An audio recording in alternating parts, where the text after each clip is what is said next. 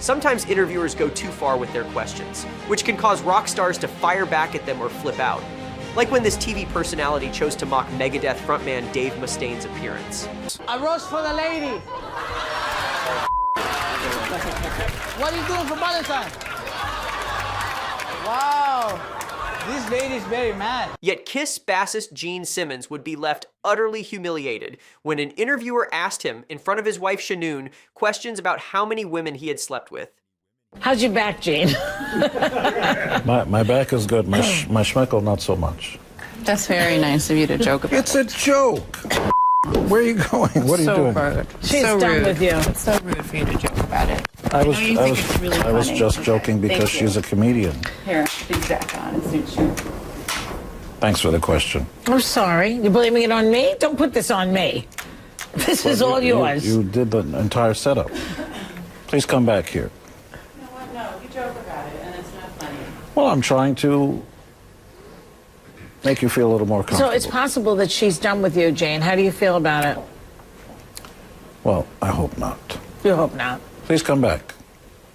Shannon, you want to come back? I don't really. She doesn't. She's mad. She's mad. I'm tired. I'm tired. Good setup, Joyce. Don't blame me for this. So I thought it was you were kidding, and I see that you are not. No. So it's not a pretty... Shannon, come back. She's mad because you made a joke about it. I was trying to lighten the mood, and She was not having it. Yeah. But when this next reporter chose to ridicule Kiss at their own press conference, singer Paul Stanley would quickly respond with a brilliant comeback. Yes, Jen. Guys, you know spring chicken's under that makeup. Do you feel older since your last tour? It's very unflattering to be jealous. Throw her out. I'm sure you would look much more refreshed if you tried some makeup too. But the most explosive reaction to ridicule came from metal icon Ronnie James Dio, who became uncharacteristically angry when an interviewer called him short. How tall are you? Pretty short, huh? No, I'm actually 7'9". You look so I short. can't believe that you didn't realize that. You always seem so much Small, bigger. Not short, so don't me off or you won't get a good interview. No, I'm not saying that it's Well, a bad you said I thing. was short. That pisses No, me but- off right away. How old are you anyway, Rodney? Ronnie. Ronnie? Yeah. I'm Well, you're really stepping your foot in this one, aren't you, mate? You- Look, if you want me to beat the out of you, I'll be more than happy to. No, I If that's don't- what you I don't- me I don't do, want you to. Let's just clear the room and I'll kick your ass for you. If that's what you want, no problem for me. No, I don't. I'm I don't good want at that. I don't want that. I'm just asking. Fine, let's go. Come on out. Thank you very much. And while Dio had no tolerance for jokes at his expense, former Skid Row frontman Sebastian Bach would seethe when an interviewer compared his band to the 80s glam rock group Poison. Do you think that Skid Row, Monkey Business, or 8 to Your Life sounds like Poison? Take that as an insult. But it's hard music, right? And you shared a lot of the same fans. You think Poison is hard music? You shared a lot of the same fans, Did you man. see Pantera open up for us? Yes, I Do you did. think And the Killer Pantera Dwarfs played with tour. Skid Row? No, but Pantera it's the never same went on fans, tour with though, Poison. because you shared a lot of the same fans. I don't agree. Man, there's a lot of people went and saw Poison and Skid Row. This is over. This. You don't think you share the same fans? I don't care. I'm on Broadway. I don't want to talk about Poison. All right? All right, man, that's cool. Bye. Yet, Bach isn't the only rock star who doesn't like being compared to Poison. As a local news reporter once provoked Motley Crue bassist Nikki Sixx by bringing up Poison during an on-air segment, exacerbating Sixx's ongoing feud with Poison frontman Bret Michaels. Who rocked harder in the 80s, Motley Crue or Poison? Who? Thanks for joining us. What an asshole. Oh, gotta bleep that one. Thank you, guys. Queen guitarist Brian May would similarly lose his temper during an interview with a Dutch TV station. To begin with, they encountered May in a foul mood, a fact he made very clear as soon as the interview began. Yeah, I would not be doing this out of choice. I just don't want to disappoint you guys, that's all. I mean, really, I need to sleep. Things completely fell apart when the reporter attempted to show May footage of local students performing their own rendition of a Queen song. Unfortunately, the tape malfunctioned, prompting the following exasperated response from May. Listen, do you want to do an interview about the show or what we're doing? Because this is really wasting time. Okay. You know, I'm sorry to be difficult, but, you know, we're all trying to do as much as we can here. Mm-hmm. You sure you want to do this? Okay, let me just ask, to be honest to you, your manager also told me this, but I'm very much upfront. Listen, we have like 3 minutes left. If you Okay. want to do an interview, but I don't want to be watching bits of tape. It's ridiculous. Look, I'm sorry. It doesn't work. I'm sorry, guy. I got it. What matters to me tonight is the show. The next interviewer would display deliberate cruelty towards Australia's own the Bee Gees, as host Clive Anderson repeatedly bombarded the group with a relentless series of insult until they just couldn't take it anymore. Now, what was that? Because that's perhaps the most distinctive thing now, that high-pitched... Oh, the falsetto. That's it, yes, yeah. Were you working with Mickey Mouse at the time?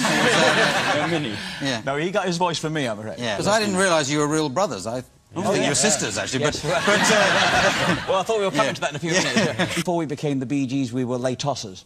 Yes. Which we thought was... You'll always be late tossers to me, but I don't know. I can't even remember we why. had one At the same time called Don't Forget to Remember, which was... I've forgotten that one. But, yes, we thought you might. Yeah, no, of course. We're getting on like a storm, aren't we, Clive? Yes. In fact, I might just leave. Yeah. Oh, I've never had anyone walk out before, but... well, we are a tosser, pal. So anyway... everybody. This is a setup. Oh, well, I guess I better join them.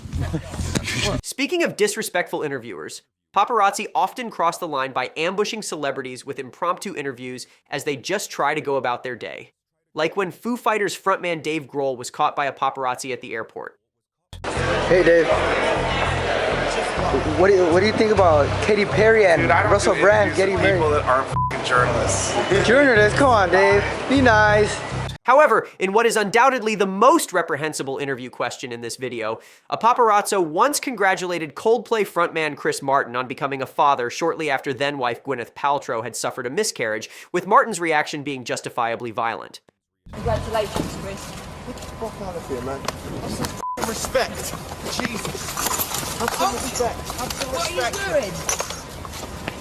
Hey, Chris, thanks for the video. You give it back to him or this door's getting broken. Give the camera back to him. You jerk. Listen, man, you've got to have some respect. What a jerk you are. You're supposed to be a father. This next intense interview would see Red Hot Chili Peppers guitarist John Frusciante at the height of his struggles with heroin addiction, with the interviewer broaching a number of deeply personal subjects. When the guitarist was asked to comment on the then recent death of Nirvana frontman Kurt Cobain, Frusciante would almost abruptly... So what did you think when you heard the news of Kurt Cobain's death? I cried. I don't know why. I don't like his music or anything.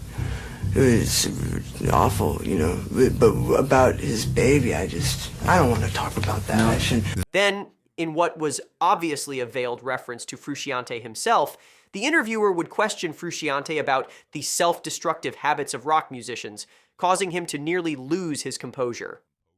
Okay, you want me to say something soulful? Drugs. I'm a junkie and I love shooting up, and that means I'm self-destructive, and you know. Is that good enough? Although most of us recognize Johnny Rotten as the singer of the legendary English PUK band, the Sex Pistols, he seems to resent this association, a sentiment he made known during a 2015 interview on Fox Business, despite the host's flattering introduction. Sex Pistols, one of the world's most notorious bands ever, and the lead singer John Lydon, aka Johnny Rotten, rose as pop culture's most polarizing figure in the late 70s, which is really saying something. The singer has just published another memoir, Anger is an Energy, My Life Uncensored, opening up about all the details of his sordid life and past. And hopefully future John Lydon joins me now. All right. Drop the word sordid. There's nothing like that about my history. And secondly, there's two bands that I've been in, and you've missed the most important, which is Public Image Limited. I know. But So people that- mostly know you for the Sex Pistols, though. Well, they will if you just carry on ignoring the most poignant parts. I'm glad that was such And an important part of your And life. I'm here to remind you. Yet this interviewer disrespected masked metal band Slipknot right from the start. Who would win in a fight, you or Ronald McDonald? You know, man, I don't know what to talk to you about, to be honest. You don't think we have anything in common? I'm pretty sure we don't have anything in common. Well, I'm a heavy metal rocker. Are you? Yeah. If there was a heavy metal song about me, what would it be called? Jackass. Jackass would be my song. Let me hear a couple lyrics. You're a jackass. This next interviewer would offend System of a Down's Serge Tankian when she implied that the band intentionally projects a certain image rather than staying true to themselves. I mean, like, you know, there's certain artistic integrity, but then when we reach a certain level and popularity, you know, you also have to keep up a certain image and a certain... You do?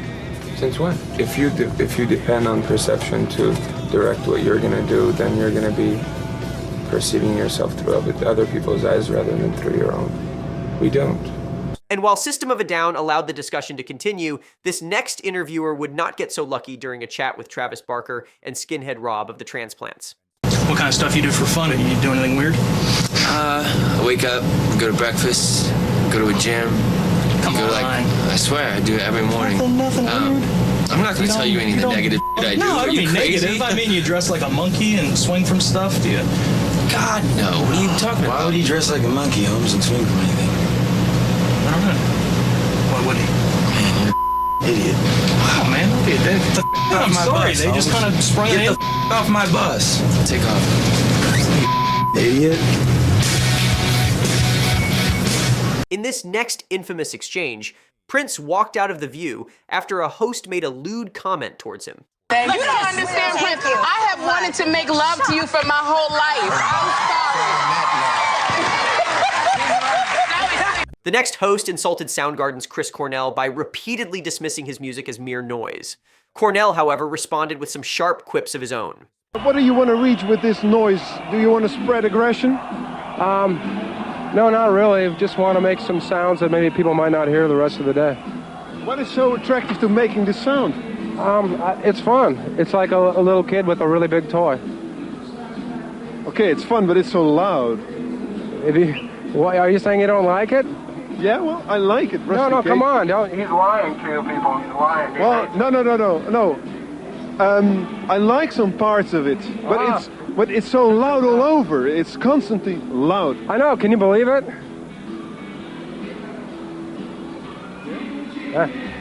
Shock rocker Marilyn Manson would similarly clash with political commentator Bill O'Reilly, who disrespected Manson before the interview even began by putting him in a segment titled Children at Risk. The two would disagree with one another throughout the interview.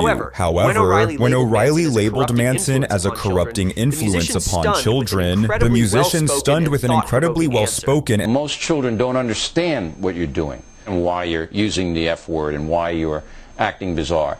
And this can be very, very troubling to children who don't have direction, who don't have responsible parents. Anything can be misinterpreted. People can look at Christ on a cross and think, this is an image of murder, this is violent, this has sexual imagery in it. And I think it's my job as an artist to be out there pushing people's buttons and making them question everything. And I respect you for challenging me, and that's why I came on the show.